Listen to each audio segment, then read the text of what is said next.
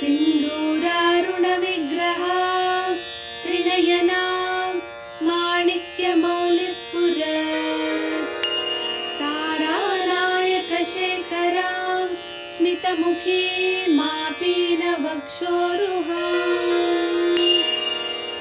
पाणिभ्यामलिपूर्णरत्नचषकं रक्तोत्पलं बिभ्रति सौम्यां रत्नघटस्थरक्तचरणां ध्यायेत् परामम्बिकाम्।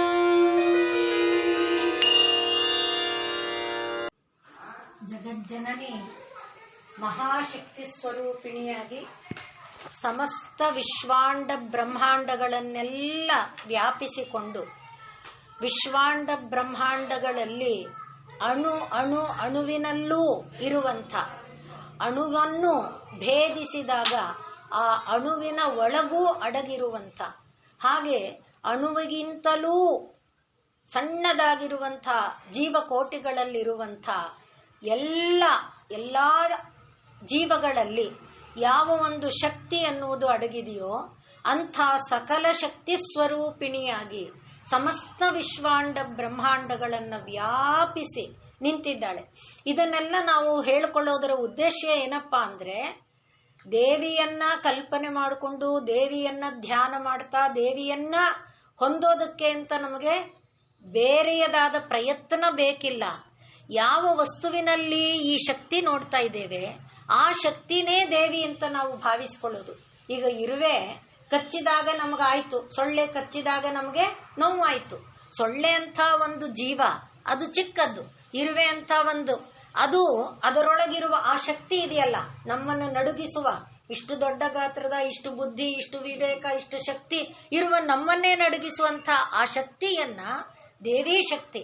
ನಮಗ್ ಬೇಜಾರಾಗುತ್ತೆ, ಕಚ್ತೀಯ ಅಂತ ಹೊಡೆದು ಅದನ್ನ ಓಡಿಸಕ್ ನೋಡ್ತೇವೆ ಅಥವಾ ಅದನ್ನ ನಿವಾರಣೆ ಮಾಡಕ್ ನೋಡ್ತೇವೆ. ಆದರೆ ಅದರೊಳಗಿರುವ ಆ ಹಾಗೆ ಅಂತ ಓಡಿಸಬಾರ್ದು ಅನ್ನೋದು ಅಭಿಪ್ರಾಯ ಅಲ್ಲ. ಆ ಮಹತ್ ಶಕ್ತಿಯನ್ನ ಗಮನಿಸ್ತಾ ಬಂದ್ರೆ ಅದರ ಮೂಲಕ ದೇವಿಯನ್ನು ಯಾವುದನ್ನಾದ್ರೂ, ಇದನ್ನೇ ಅಂತಲ್ಲ ದೃಷ್ಟಾಂತಕ್ಕೆ ಹೇಳಿದ್ದಷ್ಟೇ, ಯಾವ ಶಕ್ತಿಯನ್ನ ಗಮನಿಸಿದಾಗಲೂ ಕೂಡ ಊಟ ಮಾಡುವಾಗ ಊಟದಲ್ಲಿ ಒಂದು ರುಚಿ ಬರಬೇಕಾದ್ರೆ ಅಡಿಗೆ ಮಾಡಿದ ಪದಾರ್ಥದಲ್ಲಿ ರುಚಿ, ನಮ್ಮ ನಾಲಿಗೆಯಲ್ಲೂ ರುಚಿ ಬೇಕಲ್ಲ. ನಮ್ಮ ನಾಲಿಗೆಗೆ ರುಚಿಯನ್ನ ಗ್ರಹಿಸುವ ಶಕ್ತಿ ಕುಗ್ಗಿದ್ರೆ ಅಥವಾ ರೋಗಾದಿಗಳಿಂದ ಅದರಲ್ಲಿ ರುಚಿಗ್ರಹಣ ಹೋಗಿದ್ರೆ ಅಂತ ಎಲ್ಲ ಸಂದರ್ಭದಲ್ಲೂ ಆ ರುಚಿಗ್ರಹಣ ಶಕ್ತಿಯನ್ನ ಇಟ್ಟಿರೋಳು ಯಾರು? ಅದರಿಂದ ಒಂದು ಪದಾರ್ಥದಲ್ಲಿ ಬರುವಂಥ ರುಚಿಗೆ ಕಾರಣಕರ್ತಳಾಗುವಾಗ ಪಾಕದಿಂದ ಬರುವಂಥ ರುಚಿ ಒಂದು, ಆ ಪಾಕಕ್ಕೆ ಕೊಡುವ ಹದ ಒಂದು, ಆ ಪಾಕದಲ್ಲಿ ಪದಾರ್ಥಗಳನ್ನ ಬೆರೆಸುವ ಹದ ಒಂದು. ಅದರೆಲ್ಲದರಿಂದ ರಸ ಇದ್ದರೂ ರಸವನ್ನ ಆಸ್ವಾದನೆ ಮಾಡುವುದಕ್ಕೆ ಬೇಕಾದ ನಾಲಿಗೆಯ ಶಕ್ತಿ ಯಾವುದನ್ನಾದ್ರೂ ತಗೊಳ್ಳಿ. ಆದ್ರಿಂದಲೇ ಊಟ ಮಾಡುವಾಗ ತಕ್ಷಣ ಗಬಗಬ ಅಂದೆ ದೇವರ ಸ್ಮರಣೆಯನ್ನ ಮಾಡಿ ಊಟ ಮಾಡೋದು ಯಾತಕ್ಕೆ? ಇದರ ಮೂಲಕನಾದ್ರೂ ದೇವರು ನಮಗೆ ನೆನಪಾಗ್ಲಿ.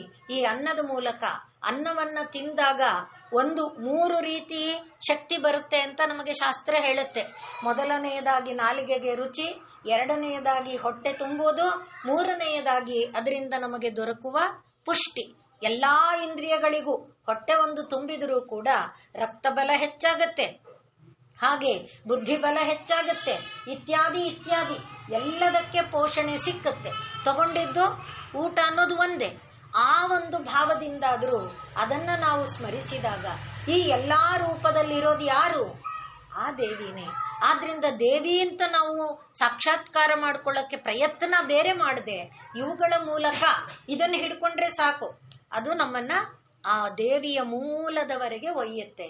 ನಾವು ಭಾಗವತದಲ್ಲಿ, ಇದು ನಾನು ಹೇಳುವಂಥ ಮಾತಲ್ಲ, ಭಾಗವತದಲ್ಲಿ ಉದ್ಧವನಿಗೆ ಕೃಷ್ಣ ಬೋಧೆ ಮಾಡುವಾಗ ನನ್ನನ್ನ ನೀನು ಹೇಗೆ ಹೊಂದಬೇಕು ಅಂತ ಹೇಳುವಾಗ ಇದನ್ನೇ ಹೇಳ್ತಾನೆ.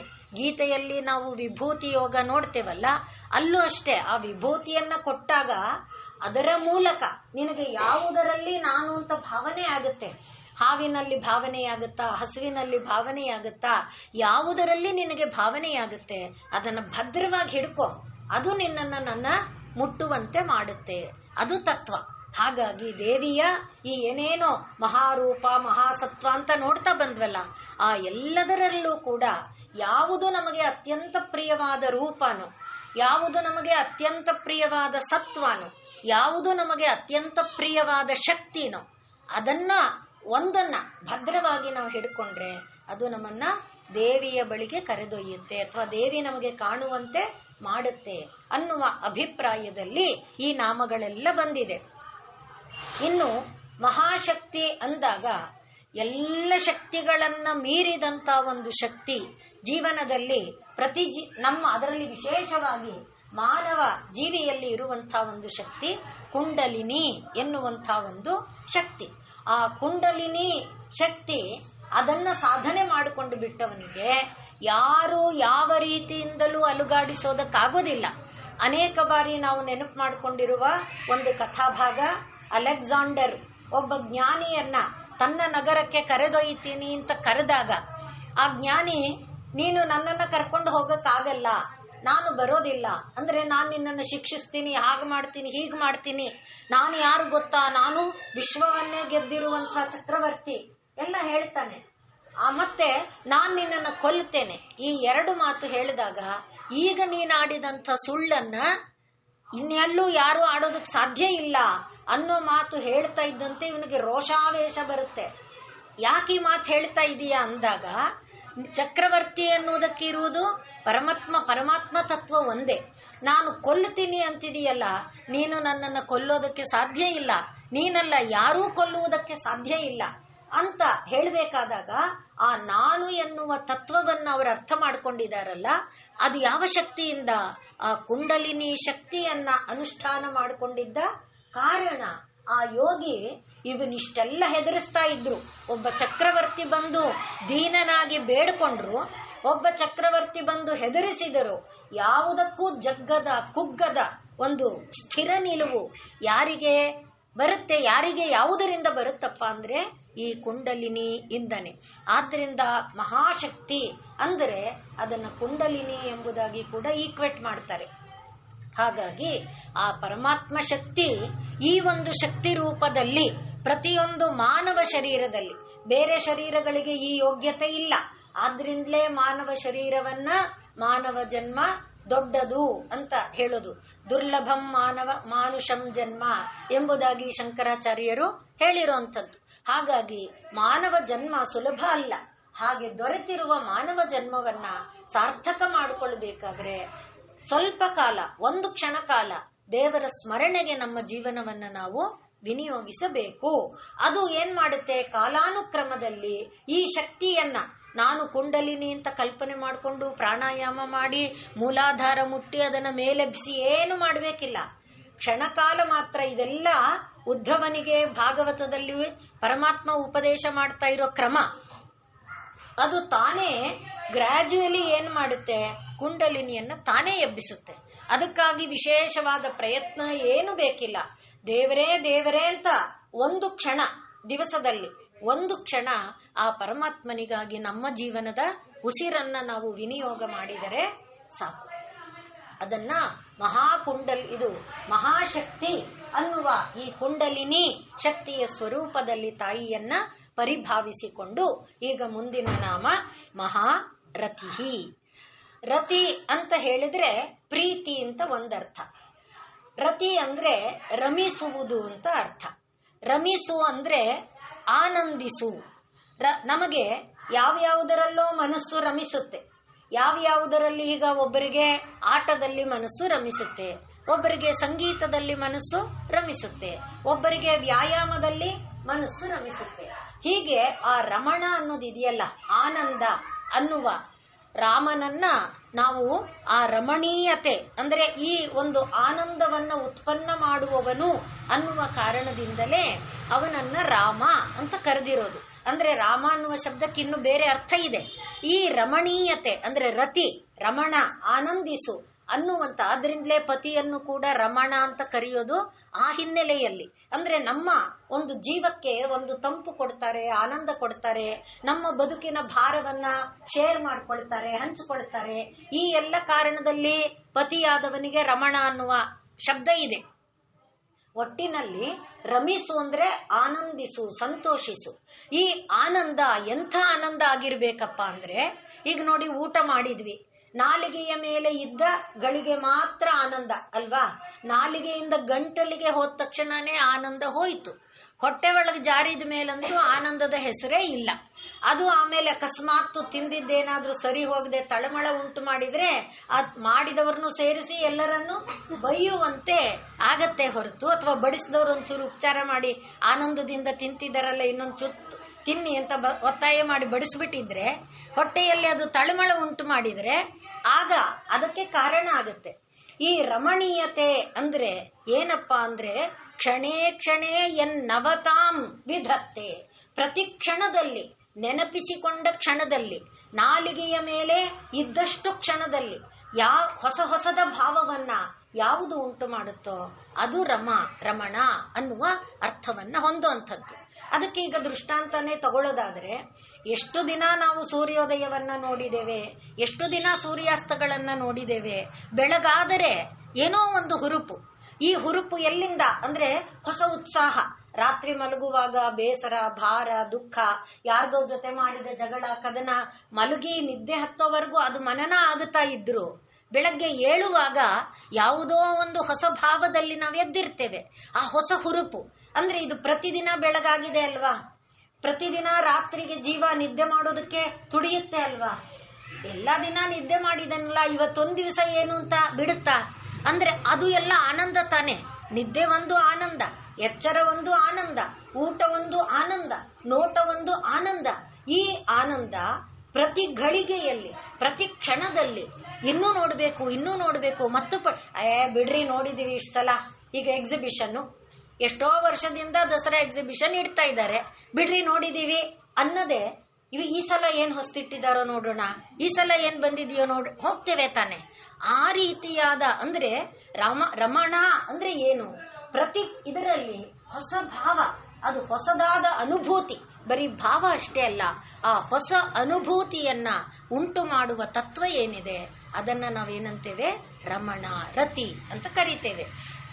ಆದ್ರಿಂದಲೇ ಈಗ ಊಟ ಆದ್ರೂ ಕೂಡ ದಿನ ಮಾಡಿರುವ ಸಾರು ದಿನ ಊಟ ಮಾಡಿರೋದೇ ಆಗಿದ್ರು ಇವತ್ತಿನ ಸಾರಿನ ರುಚಿಗೆ ನಾಲಿಗೆ ಹಂಬಲಿಸ್ತಾ ಕೂತಿರುತ್ತೆ. ಊಟಕ್ಕೆ ಎಷ್ಟೊತ್ತಿಗೆ ಕರೀತಾರೆ ಅಂತ ಕಾಯ್ತಾ ಇರುತ್ತೆ. ಅದು ಎಲೆಯಲ್ಲಿ ಬಡಿಸಿದ ಆ ಪರಿಮಳಕ್ಕೆ, ಅಡಿಗೆ ಮನೆಯಲ್ಲಿ ಕುದೀತಾ ಇರುವ ಪರಿಮಳಕ್ಕೆ ಮೂಗು ಅರಳುತ್ತಾ ಇರುತ್ತೆ, ಮನಸ್ಸು ಹೃದಯ ಕಾಯ್ತಾ ಇರುತ್ತೆ. ಇದೆಲ್ಲ ಪ್ರತಿದಿನದ್ದು ತಾನೆ.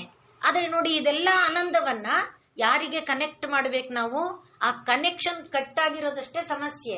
ಅಲ್ಲಿಗೆ ಕನೆಕ್ಟ್ ಮಾಡಿಬಿಟ್ರೆ ಇದನ್ನೇ ನಮ್ಮಲ್ಲಿ ನಾವು ನಿನ್ನೆ ದಿವಸ ನೋಡಿದಂತೆ ಏನು ಅಸ್ಮಿತಾ ಎಂಬುದಾಗಿ ಹೇಳೋದು. ಬುದ್ಧಿಯ ನೆಲೆಯವರೆಗೆ ಮಾತ್ರ ಕನೆಕ್ಷನ್ ಇದೆ. ಬುದ್ಧಿ ನೆಲೆಯಲ್ಲಿ ಇದೆಲ್ಲ ನಿರ್ಣಯ ಆಗ್ತಾ ಇದೆ. ಬುದ್ಧಿಗೆ ಬಲವನ್ನ ಕೊಡುವವನೊಬ್ಬ ಇದಾನಲ್ಲ, ಅವನಿಗೆ ಮುಟ್ಟಿಸಿಬಿಟ್ರೆ ಇದೇನಾಗುತ್ತೆ? ಪರತತ್ವಕ್ಕೆ ನಮ್ಮನ್ನ ಒಯ್ಯುತ್ತೆ. ಇದು ಕೇಳುವಾಗ ನಾವು ಮಾಡಬಹುದಲ್ಲ ಅನ್ಸುತ್ತೆ, ಆದ್ರೆ ಅದು ಅಸಂಭವ ಇದೆ. ಅಸಂಭವ ಅಲ್ಲ, ಸ್ವಲ್ಪ ಕಷ್ಟ ಸಂಭವ ಅಂತ ಇಟ್ಕೊಳ್ಳೋಣ. ಪ್ರಯತ್ನ ಪಟ್ರೆ ಕಷ್ಟ ಸಂಭವವಾದರೂ ಕೂಡ ಸಾಧ್ಯ ಆಗುತ್ತೆ. ಇದನ್ನ ನಾವು ಸಂಕಲ್ಪ ಮಾಡ್ಕೋಬೇಕು. ಇವತ್ತಿಂದ ಅನ್ಕೊಂಡಿರ್ತೇವೆ, ತಟ್ಟೆಗೆ ಬೀಳುವಾಗ್ಲೇ ಪಟ ಹೋಗ್ಬಿಟ್ಟಿರುತ್ತೆ ಮನಸ್ಸು. ಆಮೇಲೆ ಅಯ್ಯೋ ಇವತ್ ಮಾಡ್ಲೇ ಇಲ್ಲ, ನಾಳೆ ಹೋಗ್ಲಿ. ಹಾಗಾದ್ರೂ ಅದನ್ನ ನಿರ್ಣಯ ಮಾಡಿಕೊಂಡು ಮನಸ್ಸನ್ನ ಒಂದು ಕ್ಷಣ ಮಾತ್ರಕ್ಕೆ, ಅದಕ್ಕೆ ಎಷ್ಟು ಸಮಯ ಬೇಕಾಗಲ್ಲ, ಅದನ್ನ ಮಾಡ್ತಾ ಬಂದ್ರೆ ಆ ರತಿಯ ಅನುಭೂತಿ. ರತಿ ಅಂದ್ರೆ ಸಾಧಾರಣ ಕೇವಲ ಒಂದು ಸೀಮೆ ಮಾಡಿದ್ದಾರೆ, ಆ ರೀತಿ ಇಲ್ಲ. ಯಾವುದು ನಮಗೆ ಆನಂದವನ್ನ ಉಂಟು ಮಾಡುತ್ತೋ, ಇಂದ್ರಿಯಗಳಿಗೆ ತಂಪನ್ನ ಕೊಡುತ್ತೋ, ಇಂದ್ರಿಯಗಳಲ್ಲಿ ಒಂದು ಪ್ರಫುಲ್ಲತೆಯನ್ನ, ಅರಳುವಿಕೆಯನ್ನ ತಂದು ಕೊಡುತ್ತೋ, ಅವೆಲ್ಲವೂ ಕೂಡ ರತಿನೇ. ಅಂಥ ರತಿ ದೇವಿ ಒಂದು ಹೂವನ್ನ, ಆ ಹೂವು ಅರಳಿರುವ ಅಂದವನ್ನ ನೋಡಿದಾಗ ಎಷ್ಟು ಆನಂದ ಆಗುತ್ತೆ. ಏನು ಅದ್ಭುತ ಅನ್ಸುತ್ತೆ. ಒಂದೇ ಗಿಡದಲ್ಲಿ 10 ಹೂವು ಅರಳಿದ್ರೆ 10 ಹೂವಿನ ಅಂದ ನೋಡಿ, ಒಂದೊಂದು ಹೂವಿನ ಅಂದ ಒಂದೊಂದು ತರಹ. ಈ ಎಲ್ಲ ಅಂದವನ್ನ ನಾವು ಗಮನಿಸಿದಾಗ, ಅದನ್ನ ತಂದು ದೇವರ ಮೇಲೆ ಇಡುವಾಗ, ಆ ಹೂವಿನ ಅಂದವನ್ನೇ ನೋಡ್ತಾ ತಾಯಿ ಈ ಒಂದು ಶಕ್ತಿಯನ್ನ ಇದರೊಳಗೆ, ಈ ಒಂದು ಆನಂದ ರೂಪವನ್ನ ಇದರೊಳಗೆ ಇಟ್ಟಿದ್ದಾಳೆ ಅಂತ ಭಾವಿಸ್ತಾ ಬಂದ್ರೆ ಅದು ಕೂಡ ಮಹಾರಥಿಯಾಗುವುದಕ್ಕೆ, ಈಗ ರತಿಯಾಗಿದೆ, ಅದು ಮಹಾರಥಿಯಾಗುವುದಕ್ಕೆ ನಮಗೆ ಅವಕಾಶವನ್ನ ಕಲ್ಪಿಸಿ ಕೊಡುತ್ತೆ. ಅದು ತಾಯಿಗೆ ಮಾತ್ರ ಸಾಧ್ಯ ಇರುವುದರಿಂದ ತಾಯಿಯಲ್ಲಿ ಈ ಲೌಕಿಕವಾದ ನಾವು ಇಷ್ಟೊಂದು ರತಿಗಳನ್ನ ನೋಡಿದ್ವಲ್ಲ, ಈ ಎಲ್ಲ ರತಿಗಳ ಮೂಲ ಆ ತಾಯಿ. ನಮ್ಮೊಳಗೆ ಜೀವಾತ್ಮ ಅಂತ ಆತ್ಮ ಚೈತನ್ಯ ಏನಿದೆ ಅದು ಆತ್ಮ ಚೈತನ್ಯ ಮತ್ತು ಬುದ್ಧಿಯ ನಡುವಿನ ಸಂಬಂಧ ಕಡಿದು ಹೋಗದೆ ಇರುವಂತೆ ಮಾಡಿಕೊಂಡು ಬಿಟ್ರೆ, ಬುದ್ಧಿವರೆಗೆ ಬಂದಿದ್ದೇವೆ, ಅದರ ಒಳಗೆ ಹಿಂಗ್ ಪ್ರವೇಶಿಸಿ ಆತ್ಮ ಚೈತನ್ಯವನ್ನು ಮುಟ್ಟಿಬಿಟ್ಟರೆ ಅದು ಮಹಾರಥಿಯಾಗುವುದಕ್ಕೆ ಎಷ್ಟು ಕಾಲನೂ ಬೇಕಿಲ್ಲ, ಅಲ್ಪ ಕಾಲದಲ್ಲೇ ಅದು ಮಹಾರಥಿಯಾಗುವುದಕ್ಕೆ ಸಾಧ್ಯ ಆಗುತ್ತೆ. ಅಂಥ ಒಂದು ಮಹಾರಥಿ ಸ್ವರೂಪಿಣಿ ದೇವಿ. ಇನ್ನು ರತಿ ಅಂದಾಗ ಮನ್ಮಥನ ಪತ್ನಿ ರತಿ ನಮಗೆ ಗೊತ್ತಿದೆ. ಅಂಥ ಎಷ್ಟು ರತಿಗಳನ್ನ ಸೃಷ್ಟಿ ಮಾಡಬಲ್ಲಳೋ ಏನೋ. ಆದ್ರಿಂದ ಕೋಟಿ ಮನ್ಮಥ ಸ್ವರೂಪ ಅಂತ ದೇವಿಯನ್ನ ನಾವು ಹೇಳಿಕೊಂಡಾಗ ಎಷ್ಟೋ ಮನ್ಮಥಗಳನ್ನ ಸೃಷ್ಟಿ ಮಾಡಬಲ್ಲ ಪರಮಾತ್ಮನ ವಿಷಯದಲ್ಲಿ ತಾಸಾಮಾವಿರಭೂತ್ ಶೌರಿಹಿ ಸ್ಮಯಮಾನ ಮುಖಾಂಬುಜ ಸಾಕ್ಷಾನ್ ಮನ್ಮಥ ಆ ಮನ್ಮಥರನ್ನ ಸೃಷ್ಟಿ ಮಾಡಬಲ್ಲ ಮನ್ಮಥ. ಅಂಥ ಮನ್ಮಥ ಅನ್ನುವಂಥ ರೂಪ ದೇವಿಗೆ ಬಂದರೆ ರತಿ ಅನ್ನುವಂಥ ರೂಪಗಳನ್ನ ಎಷ್ಟನ್ನೋ ನಿರ್ಮಾಣ ಮಾಡಬಲ್ಲ ರತಿತ್ವ ಆ ದೇವಿಯಲ್ಲಿದೆ. ಅಂಥ ಒಂದು ಮಹಾರತಿ ಅವಳು. ಇನ್ನು ಅವಳು ನಮಗೆ ಲೋಕಕ್ಕೆ ಕೊಡ್ತಾ ಇರುವಂಥ ದೊಡ್ಡ ಆದರ್ಶ ಏನಪ್ಪಾ ಅಂದ್ರೆ, ತನ್ನ ಪತಿಯನ್ನ ಹೊರತುಪಡಿಸಿ ಅವಳ ಮನಸ್ಸು ಎಲ್ಲೂ ರಮಮಾಣವಾಗಲ್ಲ, ಎಲ್ಲೂ ರಮಿಸೋದಿಲ್ಲ. ಅವಳ ಮನಸ್ಸು, ಅವಳ ಹೃದಯ, ಅವಳ ಭಾವ ತನ್ನ ಪತಿಯಾದ ಚಂದ್ರಶೇಖರನಲ್ಲಿ ಮಾತ್ರ ರಮಿಸುತ್ತೆ. ಅದು ನಮಗೆ ಲೋಕಕ್ಕೆ ಮತ್ತೆ ಆದರ್ಶ. ಇದನ್ನ ನಾವು ಸೀತಾದೇವಿ ಸುಂದರಕಾಂಡದಲ್ಲಿ ನೋಡ್ತೇವೆ. ಹನುಮಂತ ಸೀತೆ ಹೇಳ್ತಾಳೆ, ಅಮ್ಮ ನಿನ್ನ ನೋಡಾಯ್ತು, ನಿನ್ ಜೊತೆ ಮಾತಾಡಾಯ್ತು, ನಾನು ಹೋಗಿ ಬರ್ತೇನೆ, ಅನುಮತಿ ಕೊಡು ಅಂದ ತಕ್ಷಣ ನೀನೇ ಪುಣ್ಯವಂತ ಕಣೋ, ನೀನೇ ಧನ್ಯ ಕಣೋ, ಈಗ ನನ್ನ ಪತಿ ರಾಮನನ್ನ ಇಷ್ಟರಲ್ಲೇ ನೀನು ದರ್ಶನ ಮಾಡ್ತೀಯೇ ಅಂತ ಹೇಳಿದ್ರೆ, ಅದಕ್ಕೇನಮ್ಮ ಈ ಕ್ಷಣ ನಾನ್ ನಿನ್ನನ್ನ ರಾಮ ದರ್ಶನ ಮಾಡಿಸ್ತೇನೆ, ಹತ್ತು ನನ್ನ ಭುಜವನ್ನ, ನಾನು ಕರ್ಕೊಂಡೋಗಿ ಈ ಕ್ಷಣದಲ್ಲಿ ರಾಮನ ಪಾದದಲ್ಲಿ ನಿನ್ನ ಬಿಡ್ತೇನೆ ಅಂತ ಹೇಳಿದಾಗ ನೋಡಿ, ಆಕೆಗೆ ನಿಜವಾದ ಹಂಬಲ ಇದೆ. ರಾಮನನ್ನ ನೋಡಬೇಕು ಎಷ್ಟೊಂದು ಹೇಳ್ಕೊಳ್ತಾಳೆ ಸುಂದರಕಾಂಡದಲ್ಲಿ. ಅಕಸ್ಮಾತ್ ರಾಮ ಇಷ್ಟು ಕಾಲ ಆಯ್ತು, 10 ತಿಂಗಳಾಯ್ತು, ನನ್ನನ್ನ ನೆನೆಸ್ಕೊಂಡೇ ಇಲ್ಲ ಅಂದ್ರೆ, ರಾಮ ನನ್ನ ನೆನೆದು ನಾನಿಲ್ಲ, ನಾನು ಸಿಕ್ಕಿಲ್ಲ ಅಂತ ಸತ್ತೇ ಹೋಗಿದಾನೋ ಏನೋ. ಹೋಗಿದ್ರೆ ನಿಜವಾಗಿ ದೇವಲೋಕದವರು ಪುಣ್ಯವಂತರು. ನನ್ನ ರಾಮನ ಮುಖ ದರ್ಶನ ಮಾಡ್ತಾರಲ್ಲ, ಧನ್ಯಾದೇವಸ್ತದ, ಆ ದೇವತೆಗಳೇ ಧನ್ಯರು ಅಂತ ಹೇಳ್ಕೊತಾ ಇದ್ದಾಳೆ. ನನ್ನ ರಾಮನ ಮುಖ ದರ್ಶನವನ್ನ ಮಾಡುವಂತ ಆ ದೇವಲೋಕದ ದೇವತೆ. ಹಾಗೆ ಅವಳ ಮನಸ್ಸು ರಾಮನಿಗಾಗಿ ತುಡಿತಾ ಇದೆ. ಯಾವಾಗ ಇಷ್ಟು ಹೇಳ್ಕೊಂಡ್ಲಲ್ಲ, ಅಯ್ಯೋ 10 ತಿಂಗಳಿಂದ ಬಡ್ಕೊಂಡಾಯ್ತು, ರಾಮ ಬರ್ಲಿಲ್ಲ, ಹೋಗ್ಲಿಲ್ಲ ಅನ್ನಿಸ್ಲಿಲ್ಲ ಅವಳಿಗೆ. ರಾಮನ ಕುರಿತಾಗಿ ಆ ಭಾವನೆ ಬರಲಿಲ್ಲ. ರಾಮನನ್ನೇ ಇಷ್ಟೆಲ್ಲ ಬಾಧೆಗಳನ್ನ ಅನುಭವಿಸ್ಕೊಂಡು ನಾನು ಯಾಕೆ ರಾಮನಿಗೋಸ್ಕರ ಒದ್ದಾಡಬೇಕು, ಏನು ಕ್ಷಣೇ ಕ್ಷಣೇ ಎನ್ನವತಾಂ ವಿಧತ್ತೆ ಇದೆಯಲ್ಲ, ಆ ರಾಮನಾಮನೇ ಅವಳಿಗೆ ಆನಂದ. ಹನುಮನ ಬಾಯಿಂದ ಅದು ಕಿವಿಯ ಮೇಲೆ ಬಿದ್ದಾಗ ಆದ ಆ ಆನಂದ ಇದೆಯಲ್ಲ, ಹೇಳ್ತಾಳೆ, ಬೆಂದೋಗಿತ್ತು ಒಳಗಡೆ ಮೈಯೆಲ್ಲ. ಈ ಅಸುರರ ಮಾತು ಕೇಳಿ ಕೇಳಿ ಒಳಗಡೆ ಎಲ್ಲ ಸುಟ್ಟು ಬೆಂದೋಗಿತ್ತು. ಆ ಅಮೃತ ಎಂಥ ತಂಪು ಉಂಟು ಮಾಡ್ತು, ಒಳಗಡೆ ಎಲ್ಲ ಮತ್ತೆ ಶಕ್ತಿ ಪಡ್ಕೊಳ್ತು, ಒಳಗಡೆ ಎಲ್ಲ ಸುಟ್ಟು ಹೋಗಿದ್ದು ಮತ್ತೆ ಹೊಸತನ ಪಡೀತು. ಅಂದ್ರೆ ಆ ಶಕ್ತಿ ಅಂತ ರತಿ. ಆದ್ರಿಂದ ಹನುಮ ಹಾಗೆ ಹೇಳಿದಾಗ ಇಷ್ಟೆಲ್ಲ ಬಾಧೆ ಪಟ್ಕೊಂಡು ಆ ರಾಮನಿಗೆ ಯಾಕೆ ಅಂತೂ ಅನ್ನಿಸ್ತಾ ಇರುವಾಗ, ಆಯ್ತು ಈ ಕ್ಷಣದಲ್ಲಿ ತಪ್ಪಿಸ್ತಾನಲ್ಲ, ಹೋಗ್ಬಿಡೋಣ ಅನ್ನಿಸ್ಲಿಲ್ಲ ಅವಳಿಗೆ. ಯಾಕೆ ಅಂದ್ರೆ ಅವಳು ಏನ್ ಮಾತು ಹೇಳ್ತಾಳೆ, ಹನುಮ ನೀ ಹೇಳಿದ್ದೇನೋ ಒಳ್ಳೆ ಮಾತೆಪ್ಪ, ನೀನು ಒಳ್ಳೆ ರೀತಿಯಲ್ಲಿ ಹೇಳಿದೀಯೇ, ಆದರೆ ಸತಿಯಾದ ನನಗೆ ಇದು ಧರ್ಮ ಅಲ್ಲ. ಯಾಕೆ ಅಂದ್ರೆ ರಾವಣನ ಜೊತೆ ಬರ್ಲಿಲ್ವಾ, ರಾವಣನ ಜೊತೆ ಬಂದಾಗ ನಾನು ಪರಾಧೀನಳಾಗಿದ್ದೆ. ನನ್ನ ಶಕ್ತಿ, ನನ್ನ ಶರೀರ, ನನ್ನ ಬಲ ಎಲ್ಲ ಅವನ ಅಧೀನ. ಆದರೆ ಈಗ ನಾನೇ ಆಗಿ ನಿನ್ನ ಶರೀರವನ್ನು ಮುಟ್ಟೋದಿದೆಯಲ್ಲ, ಅಂದ್ರೆ ಪರಪುರುಷನ ಶರೀರ ಸಂಸ್ಪರ್ಶ, ಅದು ಧರ್ಮ ಅಲ್ಲಪ್ಪ. ಆದ್ರಿಂದ ನನ್ನ ಮನಸ್ಸು ಏನು ಹೇಳುತ್ತೆ ಅಂದ್ರೆ, ರಾಮನೇ ಬರ್ಲಿ ನನ್ನನ್ನ, ಅಂದ್ರೆ ಎಂಥ ಹಂಬಲ ನೋಡಿ. ಅಲ್ಲಿ ರಾಮನಲ್ಲಿ ಆ ರತಿ ಇದೆಯಲ್ಲ, ಆ ಭಾವ, ಅದನ್ನ ತಾಯಿ ನಮ್ಗೆ ಲೋಕಕ್ಕೆ ಆದರ್ಶವಾಗಿ ಕೊಟ್ಟಿದ್ದಾಳೆ. ಎಂಥ ಒಂದು ಬಾಧೆ, ಸೀತೆಯ ಬಾಧೆಯನ್ನ ನೆನಪಿಸಿಕೊಂಡ್ರೆ ಸಾಕು, ನಮಗೆ ಜೀವನೇ ಬೇಡ ಅನ್ಸುತ್ತೆ. ಆ ಸೀತೆ ಸುತ್ತ ಕಟ್ಟಿರುವ ಆ ರಾಕ್ಷಸಿಯರ ಸ್ವರೂಪ ನೆನೆಸ್ಕೊಂಡ್ರೆ ಅನ್ನೋ ಹಾಗಾಗುತ್ತೆ. ಅಂಥ ರಾಕ್ಷಸಿಯರ ಮಧ್ಯದಲ್ಲಿದ್ದು ಕೂಡ ಬಿಡುಗಡೆ ಕೊಡ್ತೀನಿ ಅಂದ್ರೂ ಕೂಡ ಇಲ್ಲ, ನನ್ನ ರಾಮ ಅನ್ನುವ ಒಂದು ಭಾವ ಇದೆಯಲ್ಲ, ಅದು ಅಂದ್ರೆ ಅದನ್ನ ದೇವಿ ಇಲ್ಲಿ ನಮಗೆ ಮಹಾರಥಿಯ ರೂಪದಲ್ಲಿ ತೋರಿಸ್ಕೊಡ್ತಾ ಇದ್ದಾಳೆ. ಆದ್ರಿಂದ ರತಿ ಅಂದಾಗ ನನ್ನ ಒಂದು ಆ ಚಂದ್ರಶೇಖರ ನನ್ನ ಹೊರತುಪಡಿಸಿದ ರತಿ ಇನ್ನೆಲ್ಲೂ ಇಲ್ಲ.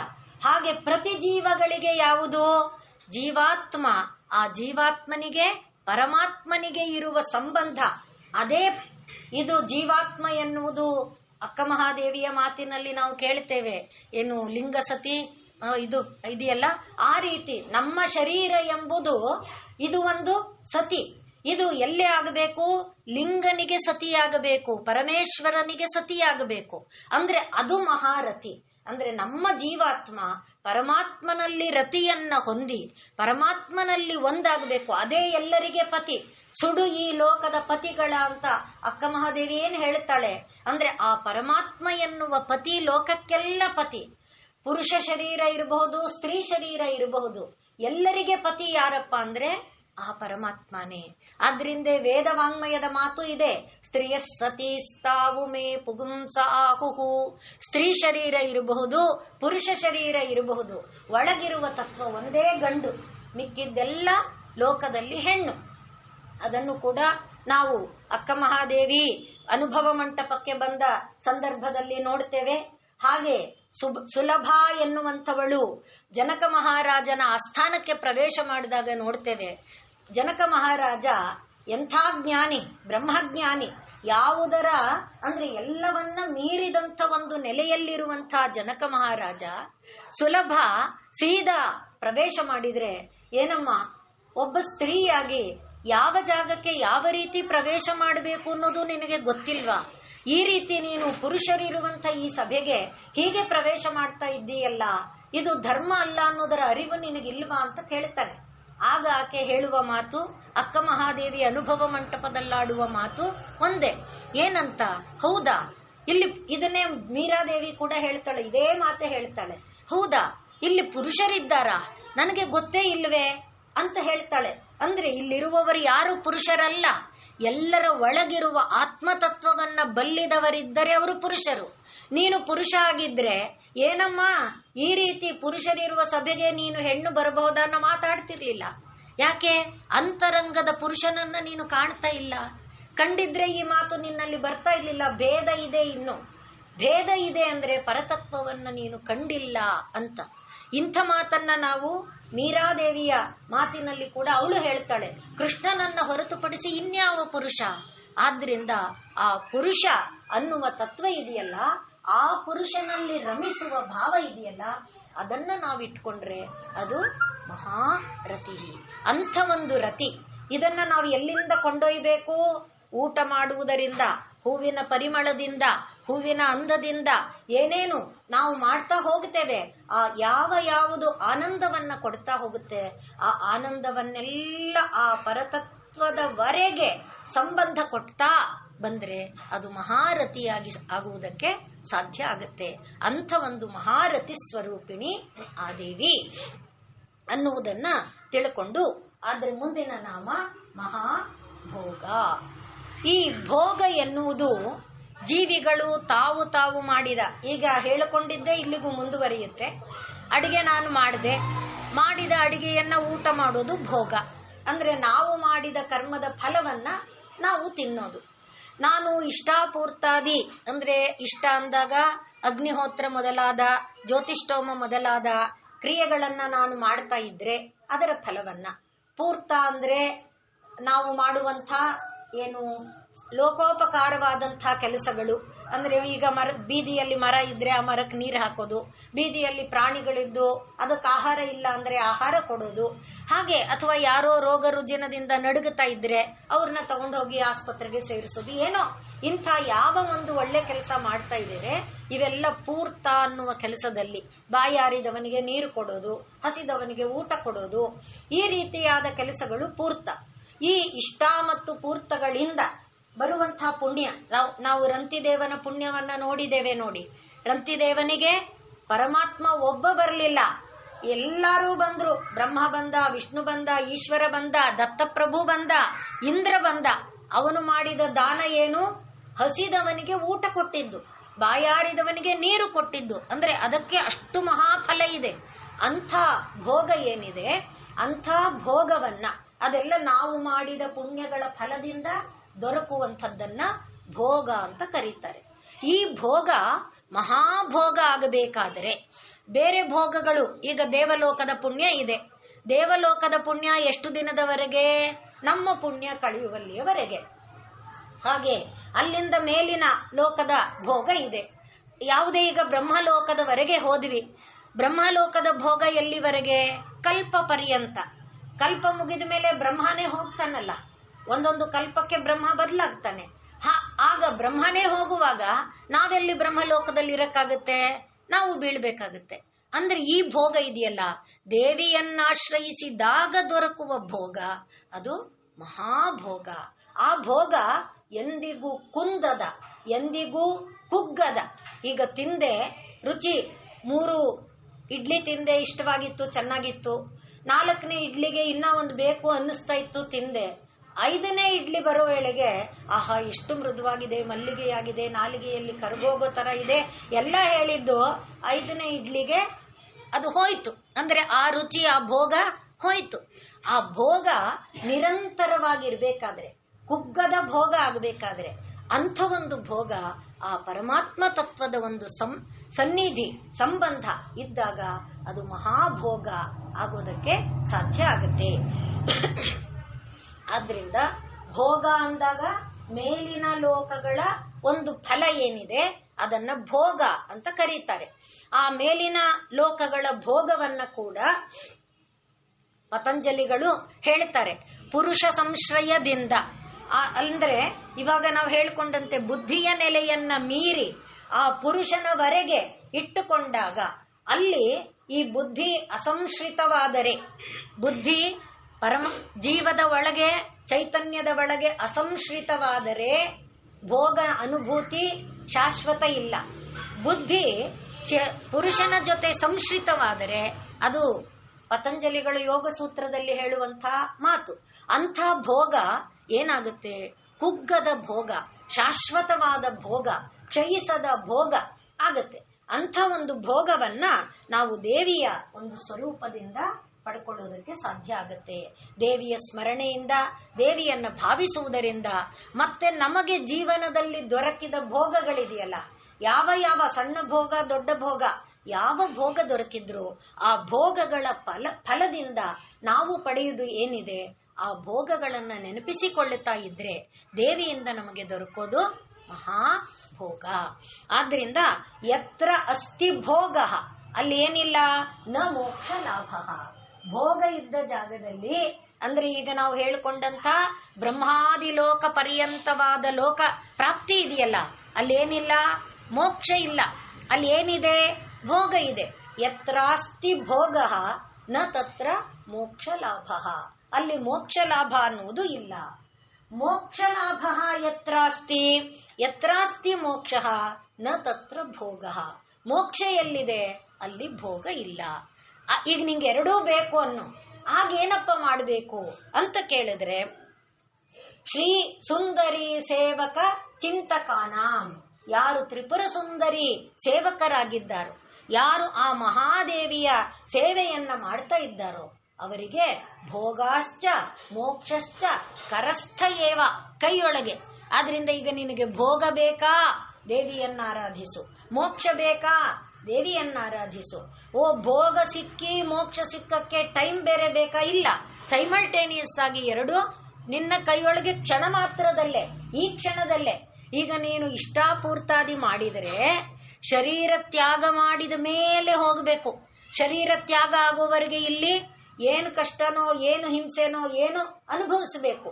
ಶರೀರ ತ್ಯಾಗ ಆದ ಮೇಲೆ ನಿನಗೆ ಸ್ವರ್ಗಾದಿ ಲೋಕಗಳ ಲಾಭ.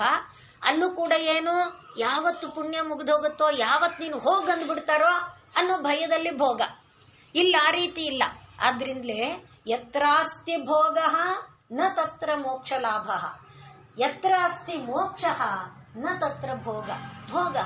ಆದರೆ ಶ್ರೀ ಸುಂದರಿ ಸೇವಕ ಪುಂಗವಾನಾಂ ಅಥವಾ ಕಿಂಕರಾಣಾಂ ಸೇವಕಾನಾಂ ವಿಭಿಧ ಇದೆ. ಅವರಿಗೆ ಭೋಗಶ್ಚ ಮೋಕ್ಷಶ್ಚ ಕರಸ್ಥ ಏವ, ಆ ಕ್ಷಣದಲ್ಲೇ. ಆದ್ದರಿಂದ ದೇವಿಯನ್ನ ನಾವು ಮಹಾಭೋಗ ಎಂಬುದಾಗಿ ಕರ್ಕೊಳ್ಳುವಂಥದ್ದು. ಆದ್ರಿಂದ ಈ ದೇವಿಯನ್ನ ನಾವು ಮಹಾಭೋಗ ಸ್ವರೂಪಿಣಿಯಾಗಿ ಭಾವಿಸಿಕೊಳ್ಳುತ್ತಾ ನಮ್ಮ ಪಾಲಿಗೆ ಬಂದ ಈ ಭೋಗಗಳನ್ನ ಅನುಭವಿಸುವಾಗ ದೇವಿಯ ಸ್ಮರಣೆಯೊಡನೆ ಇದ್ದರೆ ಅದು ಮಹಾಭೋಗವಾಗಿ ಪರಿಣಾಮವನ್ನ ಹೊಂದುತ್ತೆ, ಪರಿವರ್ತಿತವಾಗುತ್ತೆ.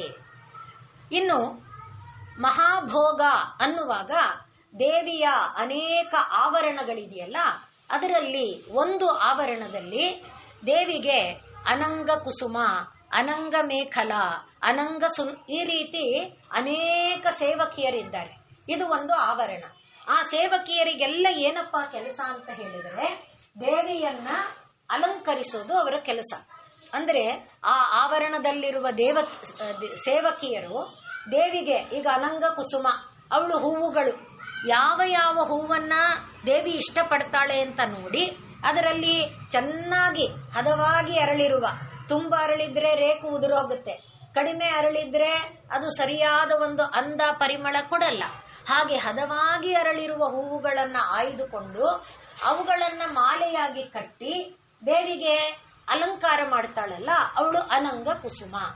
ಹಾಗೆ ಅನಂಗ ಮೇಖಲ ಅಂದ್ರೆ ದೇವಿಗೆ ಈಗ ಕಿರೀಟ ಇಡಬೇಕು, ಬೈತಲೆ ಬೊಟ್ಟು ಇಡಬೇಕು, ಈ ಹಣೆಯಲ್ಲಿ ಅಲಂಕಾರದ ಕುಂಕುಮ ಇಡಬೇಕು, ಮೈಗೆ ಗಂಧಲೇಪನ ಮಾಡಬೇಕು, ಈ ರೀತಿ ಎಲ್ಲ ಮಾಡುವವರು ಬೇರೆ ಬೇರೆಯವರು ಇದ್ದಾರಲ್ಲ, ಅವರೆಲ್ಲರೂ ಮಾಡುವ ಭೋಗ ದೇವಿಗೆ ಏನಿದೆ ಇದನ್ನ ಸೇವೆ.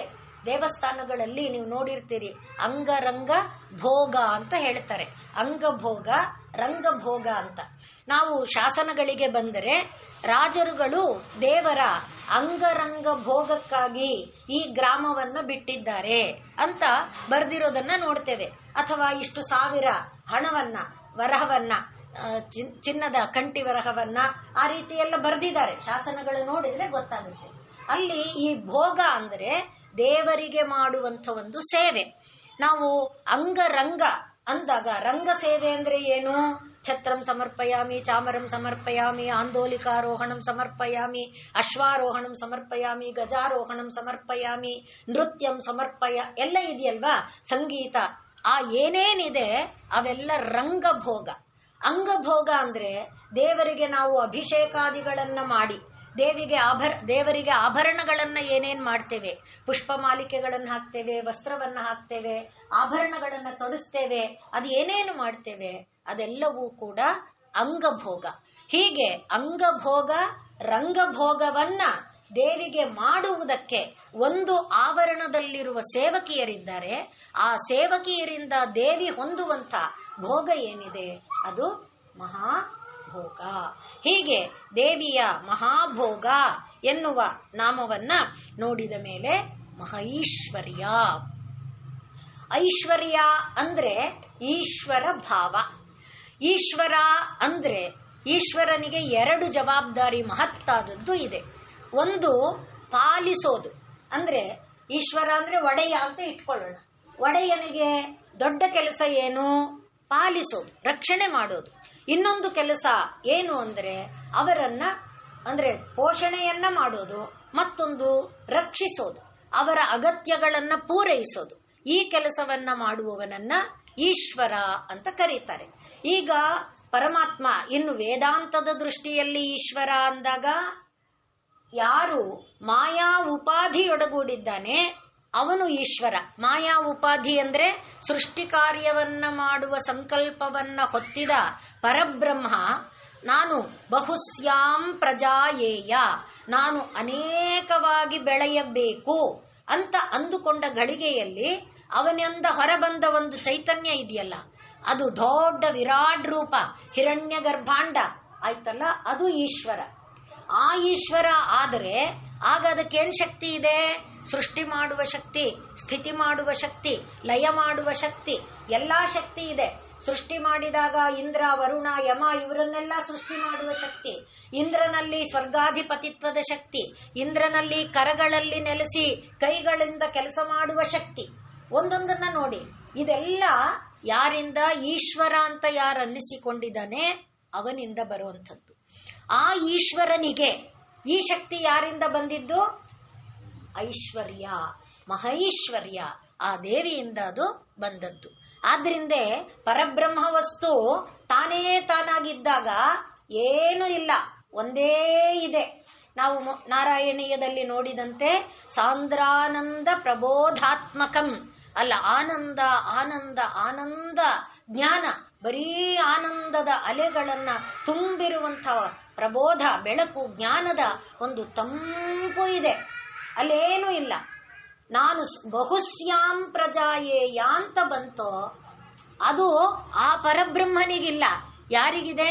ಈಶ್ವರನಿಗಿದೆ. ಮಾಯಾ ಉಪಾಧಿಯನ್ನ ಜೊತೆಗೂಡಿಸಿಕೊಂಡಿರುವ ಈಶ್ವರನಿಗಿದೆ.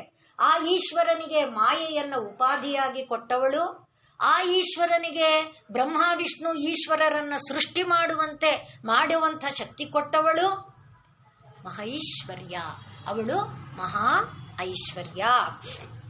ಅದರಿಂದ ಇನ್ನು ಐಶ್ವರ್ಯ ಅಂದಾಗ ವಿಭೂತಿ. ವಿಭೂತಿ ಅಂದಾಗ ನಾವು ನೋಡಿದೇವಲ್ಲ, ಇಷ್ಟು ಕಾಲ ನೋಡ್ಕೊಂಡು ಬಂದಿದ್ದೇವೆ, ಪರಮಾತ್ಮನ ಒಂದು ವಿಶೇಷ ಶಕ್ತಿಯ ಆವಿರ್ಭಾವ. ಈಗ ದೇವಾಲಯಗಳಲ್ಲಿ ದೇವರ ವಿಗ್ರಹದಲ್ಲಿ ಆ ಪರಮಾತ್ಮ ಶಕ್ತಿಯ ಆವಿರ್ಭಾವ ಆಗಿದೆ, ಅಲ್ಲಿ ದೇವಸ್ಥಾನದಲ್ಲಿ. ಆದ್ರಿಂದ ಪರಮಾತ್ಮ ಅದನ್ನೆಲ್ಲ ಹೇಳ್ಕೊಳ್ತಾನಲ್ಲ.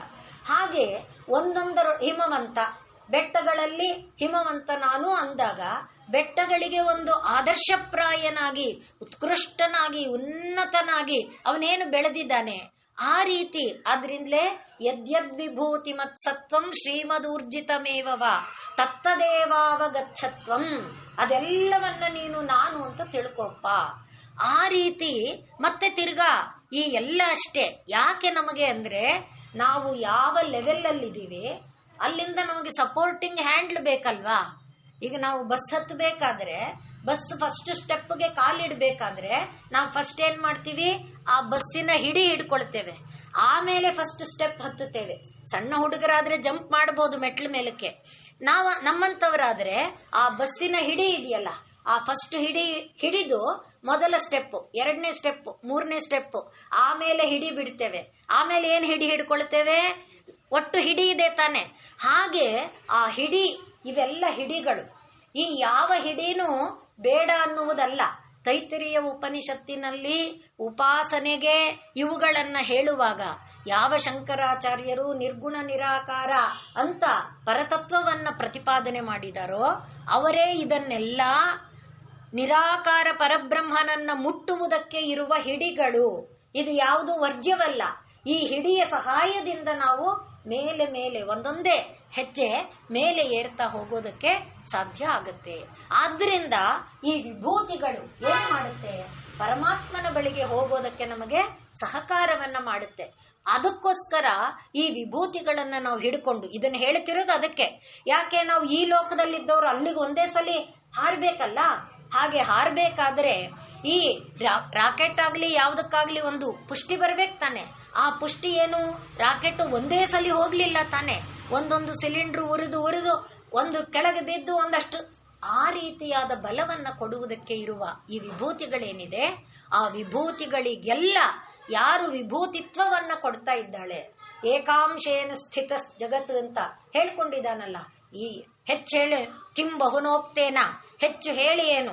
ಈ ಪ್ರಪಂಚ ಎಲ್ಲ ನನ್ನದೇ ಒಂದು ಪಾದ ಅಂತ ಆ ಪರಮಾತ್ಮ ಹೇಳ್ತಾ ಇರುವಾಗ ಆ ದೇವಿಯ ಎಲ್ಲ ಸ್ವರೂಪವನ್ನ ನಾವು ಊರುಗೋಲಾಗಿ ಹಿಡ್ಕೊಂಡ್ರೆ ದೇವಿಯನ್ನ ಮುಟ್ಟುವುದಕ್ಕೆ ದೂರ ಇಲ್ಲ, ದೇವಿಯನ್ನ ಮುಟ್ಟುವುದಕ್ಕೆ ಕಷ್ಟ ಇಲ್ಲ, ದೇವಿಯನ್ನ ಮುಟ್ಟುವುದು ಅಸಂಭವ ಅಲ್ಲ, ಅಸಾಧ್ಯ ಅಲ್ಲ. ಆದ್ರಿಂದ ಅವಳು ಮಹೈಶ್ವರ್ಯ. ಈ ಎಲ್ಲ ರೂಪಗಳಿಂದ ಅವಳು ನಮಗೆ ಈ ಶಕ್ತಿಗಳನ್ನ ಕೊಡ್ತಾಳೆ. ಇನ್ನು ಮಾನವರಲ್ಲಿ ಅಥವಾ ಕೆಲವು ಜಾಗಗಳಲ್ಲಿ ತಾಯಿಯಲ್ಲೇ ಅತಿಮಾನವ ಶಕ್ತಿ ಇದೆ ನಾವು ನೋಡುವಂಥ, ಅಂದ್ರೆ ಮಾನವ ಮಾತ್ರರಾದವರಿಗೆ. ಹಾಗೆ ಇಂದ್ರ ವರುಣಾದಿಗಳು ಮಾಡಲಿಕ್ಕಾಗದೇ ಇರುವಂಥ ಏನೇನೋ ಶಕ್ತಿಗಳಿದೆಯಲ್ಲ, ಅಂಥ ಒಂದು ಶಕ್ತಿ ದೇವಿಯದು. ಮತ್ತೆ ಮಾನವರಲ್ಲಿ ಈಗ ನಾವು ನೋಡುವಂತೆ ಒಂದು ಸರ್ಕಸ್ ಅಂತ ಇಟ್ಕೊಳ್ಳಿ. ಸರ್ಕಸ್ ಅಲ್ಲಿ ಅವ್ರು ಮಾಡೋದು ನೋಡಿದಾಗ ಅಬ್ಬಾ ಅನ್ಸುತ್ತೆ. ಅಂಥ ಒಂದು ಶಕ್ತಿಯನ್ನ ಅದು ಅವರು ನಿರಂತರ ಅಭ್ಯಾಸದಿಂದ ಸಾಧನೆ ಮಾಡಿದ್ದಾರೆ. ಆದರೂ ಆ ಒಂದು ಶಕ್ತಿ ಅಭ್ಯಾಸ ಮಾಡುವಾಗ ಕೇಂದ್ರೀಕರಿಸೋದು ಆ ಒಂದು ಹಗ್ಗದ ಮೇಲೆ ನಡೆಯೋದೇ ಇರಲಿ, ಹಗ್ಗದ ಮೇಲೆ ಚಕ್ರದ ಮೇಲೆ ನಡೆಯೋದು, ಕಾಲಿಂದನೂ ಅಲ್ಲ. ಆ ಚಕ್ರದ ಮೇಲೆ ನಡೀತಾ ಚಕ್ರ ಹಿಡ್ಕೊಂಡು ಆ ಚಕ್ರದ ಮೇಲೆ ಇನ್ನೆರಡು ಮಕ್ಕಳನ್ನ ಹತ್ತಿಸ್ಕೊಂಡು ಇವೆಲ್ಲ ನೋಡುವಾಗ ಅಪ್ಪ ಅಂತ ಅನ್ಸುತ್ತೆ. ಇಂಥ ಅತಿಮಾನವ ಅನ್ನುವಂಥ ಕೆಲಸಗಳನ್ನ ಮಾಡುವ ಶಕ್ತಿ ಆ ದೇವಿಯಿಂದ ಬಂದಿರೋದ್ರಿಂದ ಅವಳು ಮಹೈಶ್ವರ್ಯ. ಇದು ಸಣ್ಣದು. ಇನ್ನು ನಮ್ಮ ಭಾರತದಲ್ಲಿ ಈ ದೇವಾಲಯಗಳ ನಿರ್ಮಾಣಗಳನ್ನ ತಗೊಂಡ್ರೆ ಅದರಲ್ಲಿ ಪುರಿ ಜಗನ್ನಾಥ, ಈ ಚಿದಂಬರ, ಒಂದೊಂದು ದೇವಸ್ಥಾನಕ್ಕೂ ಈಗಂತೂ ದಿನ ದಿನ ಹಾಕ್ತಾನೇ ಇರ್ತಾರೆ. ಇದು ಎಷ್ಟು ಕಷ್ಟ ಸಾಧ್ಯವಾದ್ದು. ಅಜಂತ ಎಲ್ಲೋರ ಗುಹಾಂತರ್ಗತ ದೇವಾಲಯಗಳು ಈ ಹೇಗೆ ನಿರ್ಮಾಣ ಮಾಡಿದ್ರು ಇಷ್ಟು ಅದ್ಭುತವಾಗಿ ಅನ್ನೋದನ್ನೆಲ್ಲ ನೋಡಿದಾಗ ಆ ಮಾನವನಲ್ಲಿ ಆ ಅತಿಮಾನವ ಶಕ್ತಿಯನ್ನ ಕೊಟ್ಟವರು ಯಾರು? ಆ ಶಕ್ತಿ ಸ್ವರೂಪಿಣಿ ಆ ದೇವಿ. ಅಂಥ ಒಂದು ಶಕ್ತಿ ಯಾರಲ್ಲಿದೆಯೋ ಅವಳು ಮಹೈಶ್ವರ್ಯ. ಹೀಗೆ ನಾವು ಆ ದೇವಿಯ ಮಹೈಶ್ವರ್ಯ ಭಾವನೆಯನ್ನ ಈ ಒಂದು ಅವಳು ನಮ್ಮನ್ನ ಪಾಲಿಸ್ತಾ ರಕ್ಷಿಸ್ತಾ ನಮ್ಮನ್ನ ಮೇಲಕ್ಕೆ ಕರೆದೊಯ್ಯುವ, ಮತ್ತೆ ನೋಡಿ ಯಾವ ರಾಕೆಟ್ಗೆ ಯಾವ ಸ್ಯಾಟಲೈಟ್ಗೆ ನಿಲುಕೋದಲ್ಲ ಇದು. ಅಲ್ಲೆಲ್ಲ ಹೋಗಿ ನಾನು ಹುಡುಕಾಡ್ದೆ. ಚಂದ್ರಲೋಕಕ್ಕೆ ಮುಟ್ಟಿದವರು ಫಸ್ಟ್ ಟೈಮ್ ಬಂದು ಉತ್ತರ ಕೊಟ್ಟಿದ್ದಿದೆಯಲ್ಲ, ಚಂದ್ರಲೋಕದಲ್ಲಿ ಅವರಿರ್ತಾರೆ ಅಂದ್ರು ಇವರಿರ್ತಾರೆ ಅಂದ್ರು, ಹಾಗೆ ಸಿಕ್ಕುವಂಥದ್ದಲ್ಲ ಆ ಲೋಕ. ಅದು ಅನುಭೂತಿಗೆ ಸಿಕ್ಕುವಂಥದ್ದು. ಅಂಥ ಒಂದು ಅನುಭೂತಿಯನ್ನ ನಾವು ಪಡಿಬೇಕಾದ್ರೆ ಮಹೈಶ್ವರ್ಯಳಾದ ಅವಳ ಕೃಪೆಯಿಂದ ಆಗಬೇಕೇ ಹೊರತು ಈ ಯಾವುದೋ ಸ್ಯಾಟಲೈಟ್ ಇಂದ ಯಾವುದೋ ಇದರಿಂದ ಹೋಗಿ ಆ ಒಂದು ಆಕಾಶ ಮಂಡಲದಲ್ಲಿ ಈಗ ಪ್ರವೇಶ ಮಾಡಿದ್ದಾರೆ. ದೂರದಿಂದ ಭೂಮಿಯನ್ನ ನೋಡ್ತಾ ಇರೋ ಫೋಟೋಗಳನ್ನ ಹಾಕ್ತಾರೆ, ದೂರದಿಂದ ಮಂಗಳ ಗ್ರಹವನ್ನ ಎಲ್ಲದನ್ನು ಹಾಕ್ತಾರೆ. ಅಂದ್ರೆ ಭೂಮಿಯಿಂದ ಮಂಗಳದಿಂದ ಹೊರಗೆ ನಿಂತಿದ್ರೂ ಕೂಡ ದೇವರನ್ನ ನೋಡುವುದಕ್ಕೆ, ದೇವಲೋಕವನ್ನ ನೋಡುವುದಕ್ಕೆ ಬೇಕಾದ ಒಂದು ತತ್ವ ಇದೆಯಲ್ಲ, ಅದು ಯಾರಿಂದ ದೊರಕೋದಕ್ಕೆ ಸಾಧ್ಯ? ಆ ಒಂದು ಸ್ಯಾಟಲೈಟ್ ಕೆಪಾಸಿಟಿ ಅದು ಯಾರಿಂದ ಬರೋಕ್ ಸಾಧ್ಯನೋ ಅವಳು ಮಹೈಶ್ವರ್ಯ. ಹಾಗೆ ಮಹೈಶ್ವರ್ಯ ದೇವಿಯ ಸ್ವರೂಪವನ್ನು ಭಾವಿಸಿಕೊಳ್ತಾ ಮುಂದಿನ ನಾಮ ಮಹಾವೀರ್ಯ. ಅದನ್ನು ನಾವು ನಾಳೆ ಅನುಕೂಲ ಇದ್ರೆ ನೋಡೋಣ, ಇಲ್ಲ ಮುಂದಿನ ವಾರ ನೋಡ್ಬೋದು.